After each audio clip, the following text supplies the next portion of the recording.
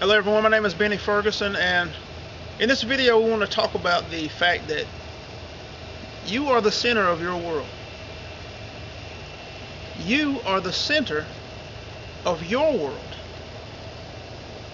Um, my wife is on the phone with a good friend of ours, and she's having trouble with her relationships. Um, and the trouble that she's having is, and my wife is attempting to explain to her that her ideas, the expectations that she has on her partner and the people around her is what's causing her frustration. It's not the actual people.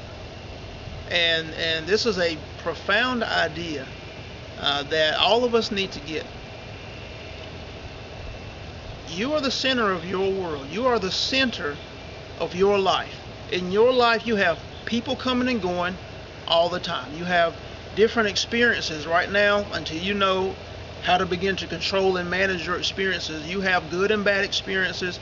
You're happy, you're sad, you're frustrated, you're excited. All these things are going on at different points of the day, different points of the week, different points of the year. All these things are going on all the time, and we chalk it up as being normal. But you are the center of your world. You're the center of your experience. And what happens is the ideas that you have about life, the ideas that you have about how other people should act, how they should behave, what should be important to them, are not their ideas, they're yours. They're not their ideas, they're yours. And when we try to impose our ideas of what marriage should look like, if we try to impose ideas of what our health should look like, we try to impose our ideas, our expectations, and the things that we feel are important on the next person, on our co-workers, on our spouses or partners, on our children, we create friction. And the friction is because 9 times out of 10 they're not living up to our expectation. They're not living up to the standard of our ideas, the ideas and the images and the pictures of what we feel experience should look like. And the problem is not theirs, it's ours. It's our problem because these are our ideas that we're trying to impose on other people. These are our ideas that we're trying to impose on other people. And when they don't act accordingly, and when other people around us don't accept our ideas and behave in the way that we think they should, it causes the friction. It causes us, me as an individual, to be frustrated. I get upset. I complain. I do all of these things, and the relationships suffer. And it's because of my ideas. It's not because of theirs, because most of the time our ideas are different. And what we're doing is, like I said, we're trying to impose our ideas on other people. We're not trying to work together and find a common ground and find a make a win-win situation. We're not setting the necessary boundaries and ideas and saying, hey, this is what you believe, this is what's important to you, this is what I believe, this is what's important to me. We're married, or we're in a relationship, or we're working together, and we have to figure out a way to accomplish this task together in the best way possible for both of us. How can we find the middle ground so that we're both performing and doing the things that we need to do and want to do, but the tasks are getting done in a timely manner and in a way that both of us feel or that we've been successful? How can we work together? But see, we're not thinking about that. All we're doing is trying to impose our ideas. This is the way it should be. This is the way I was taught. This is what I think should happen.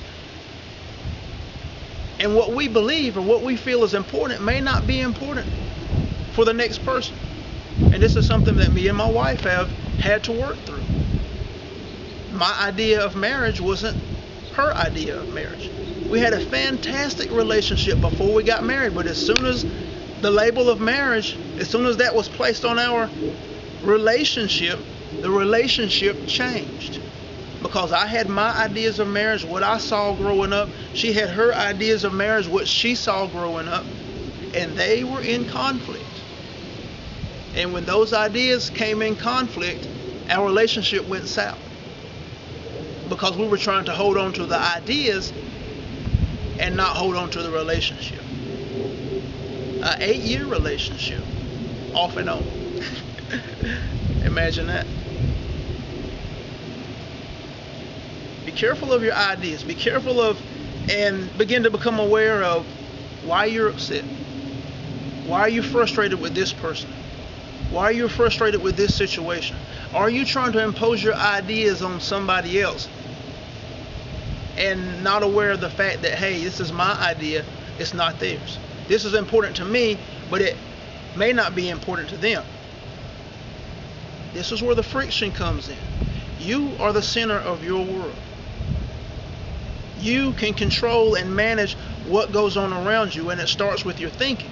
But you can't impose your thinking on someone else. That's not where your control lies. Your control lies in what you think, how you feel, what you want to happen, how you want things to work out. But at a certain point, you have to let it go. You have to let it go of the fact that, okay, I'm working on this. This is the way I want things to go, and I'm confident and expectant in that things will line up the way I want them to line up.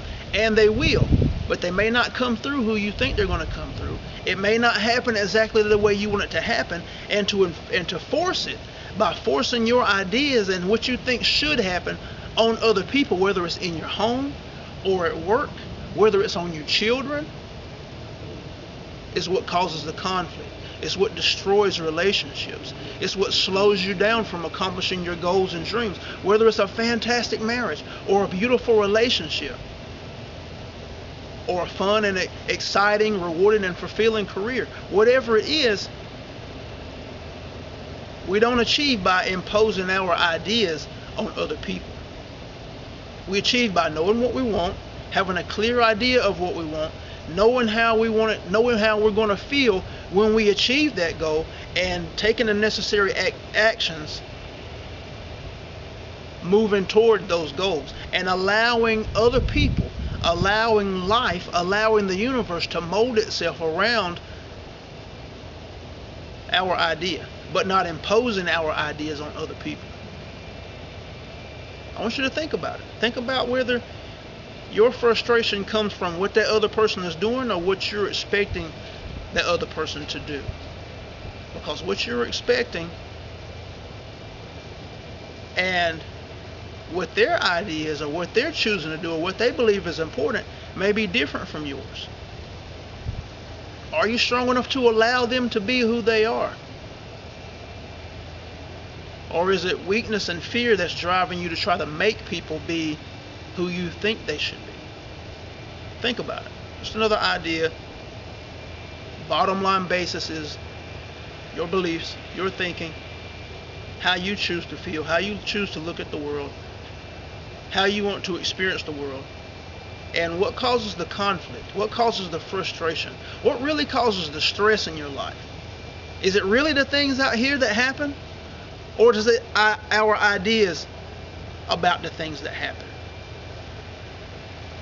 Because when you realize what's causing the pain, when you realize what's causing the suffering, and that you can manage it, that you can change your ideas, that you can go about life in a different way.